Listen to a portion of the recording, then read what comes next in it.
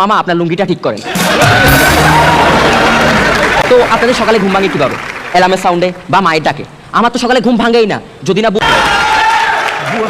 যেদিনই বউ কথা বলে আমার খুব খারাপ লাগে, কারণ যে দিন এটা বলবে ওই পুরা দিন আমার খারাপ যায়। তো ওই দিনে সেটা বললো, বলার সাথে সাথে আমি ঘুম থেকে উঠে গেলাম। উঠে দেখি জোহরের সময় হয়ে গেছে, আমি ফজরের নামাজ পড়তে পারিনি। উঠে তাড়াতাড়ি উজু করে ফজরের নামাজ কাজা পড়ে ফেলছি। আমি নামাজ পড়তেই হবে, কারণ পরের দিন আমার পরীক্ষা। ফজরের নামাজ পড়ে উঠতে না উঠতে জোহরের সময় হয়ে গেল। তো আমি মসজিদে চলে গেলাম নামাজ পড়তে। ভাবলাম বন্ধুদেরকে কল দিই, পরীক্ষা তো সবার। কল দিয়ে বললাম, কিরে দোস্ত তোরা কই? বলে পিছে টাকা। দেখে আমার আগে সবাই আসি হাজির, সিরিয়াল ধরে বসে আছে, মাথায় টুপি, এক হাতে তসবি আর হাতে বই। তো আমি খেয়াল করলাম আমার মাথায় টুপি নাই, আমার টুপি লাগবে। বাইরে দোকানে গেলাম, গিয়ে দেখি ও মা স্টুডেন্টদের সিরিয়াল, সবাই টুপি কেনার জন্য। আমি সিরিয়াল ধরলাম, লাইনে আগালাম, গিয়ে দেখি 50 টাকা টুপি 150 টাকা। আমি অবাক হই নাই, কারণ এটা বাংলাদেশ।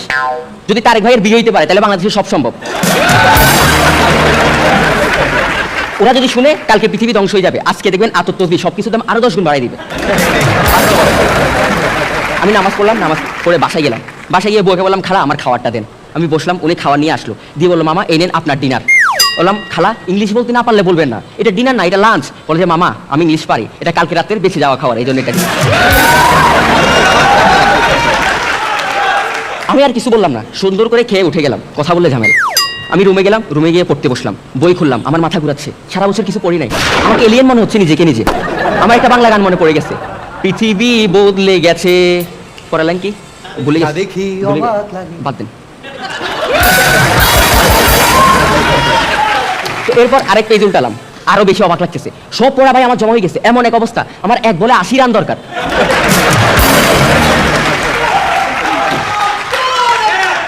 আমি বুঝে গেছি পড়া আমার হবে না, আমার অনলাইন ক্লাস করতে হবে। আমি বই রেখে দিলাম, ল্যাপটপ নিয়ে কানে হেডফোন দিয়ে অনলাইন ক্লাসের জন্য ইউটিউবে ঢুকলাম। ঢুকে দেখতেছি একটা ম্যামের ইংলিশ ক্লাস করা শুরু করলাম। ওই ম্যামের ক্লাস শুধু আমি না, আমার সব বন্ধুরা করে, কারণ ম্যামটা অনেক ভালো পড়ায়। শুধু ভালো পড়াই না, ম্যামটা অনেক সুন্দর। আমার বন্ধুরা ইংলিশ পরীক্ষার আগে ওনার ক্লাস করবে, বাংলা পরীক্ষার আগে ওনার ক্লাস করবে, মাথা ব্যথা করতেছে ওনার ক্লাস করবে, মন খারাপ ওনার ক্লাস করবে। আমি প্রায় 3 ঘন্টার মতো ক্লাস করলাম, আমার ইংলিশ বইয়ের প্রায় 3 ভাগের 1 ভাগ শেষ। হঠাৎ করে মনে পড়ছে কালকে বাংলা পরীক্ষা। 3 ঘন্টা আমার লস। রেখে দিলাম, বাংলা বই খুললাম, কিন্তু আমার পড়া হচ্ছে না। তো বন্ধুকে কল দিয়ে বললাম, দোস্ত কি করতাম, পড়া হচ্ছে না। বলে চলে আমরা সবাই গ্রুপ স্টাডি করতেছি। এরপর আমি গ্রুপ স্টাডির জন্য গেলাম। তখন আমি বুঝি নাই যে এটা আমার জীবনে 997 নাম্বার ভুল হতে যাচ্ছে। আমি ওখানে গেলাম, গিয়ে তো আমি অবাক, 12টা বন্ধু একসাথে, ওরা আড্ডা না দিয়ে সবাই পড়তেছে। আমি তো অবাক, ঢুকে দেখি ওরা ওই ম্যামের ইংলিশ ক্লাসই করতেছে। ভাই একটা তো ক্লাস 5 এর ক্লাস করতেছে, কারণ ম্যাম যখন ক্লাস 5 এর ক্লাস নিত, ম্যাম আরো স্ট্রং আর আরো সুন্দর ছিল।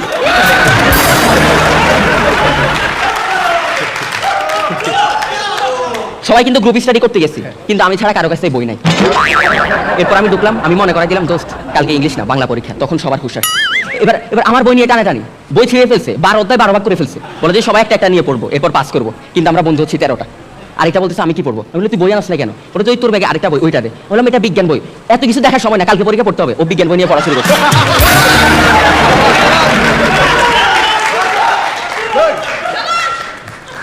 একটু পর কয়েকজন বলতেছে, ভাই আমাদের পড়া হচ্ছে না, আমরা পাশের রুমে যাওয়া লাগবে। ওরা চলে গেল 3-4 জন মিলে। একটু পর আমিও রুমে গেলাম, ঢুকে দেখি রুম অন্ধকার। ওরা আমার বইয়ের উপরে গাছ লতা পাতা কাটতেছে। আরেকজন কোনায় বসে টানতেছে, এদিকে আমার বই খোলা, রুমে এত ধোয়া, বইয়ের আইনস্টাইনের চোখ লাল হয়ে পানি পড়তেছে।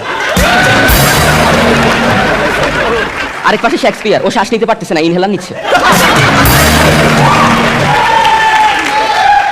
আমি বন্ধুকে দিয়ে বললাম, দোস্ত তুই যেরকম নেশা পানি করছ, তোর ভয় লাগে না ক্যান্সার হতে পারে না? বলছে, আরে ক্যান্সারের ভয় দুর্বোকা, আমার তো সিটি হসপিটালে 50% ডিসকাউন্ট আছে। একবার আরেকটা বন্ধু দৌড়ে আসলো, দোস্ত একটা জিনিস জানা আছে, প্লিজ বলবি? অবশ্যই, কালকে পরীক্ষা, তোর বন্ধু হয়েছে কেন, কি জানতে হবে বল।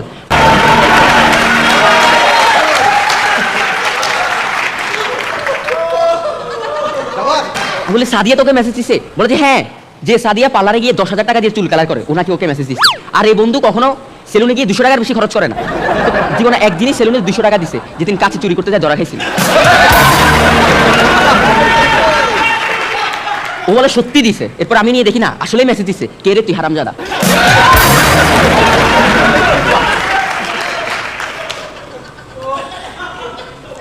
এরপর ওই দিন রাতে কোনোভাবে স্টাডি শেষ করলাম। পরের দিন সকালে পরীক্ষা দিতে গেলাম, পরীক্ষার হলে গেলাম, সবাই বসলাম, প্রশ্ন দিচ্ছে, সবাই আমার দিকে তাকাই আছে।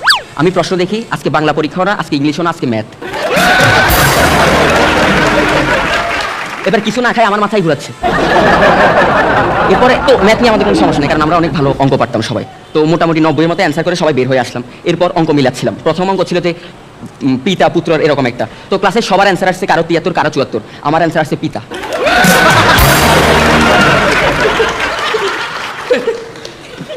তো আমি টেনশন নিই নাই, কারণ 90 এর মধ্যে 10 মার্ক দিয়েছে, বাট 80 আছে। এর মধ্যে 70 আবার শিওর ভাবে দিয়েছে, 60 পাবোই। 3 দিন পর রেজাল্ট দিয়েছে, আমি 6 পাইছি।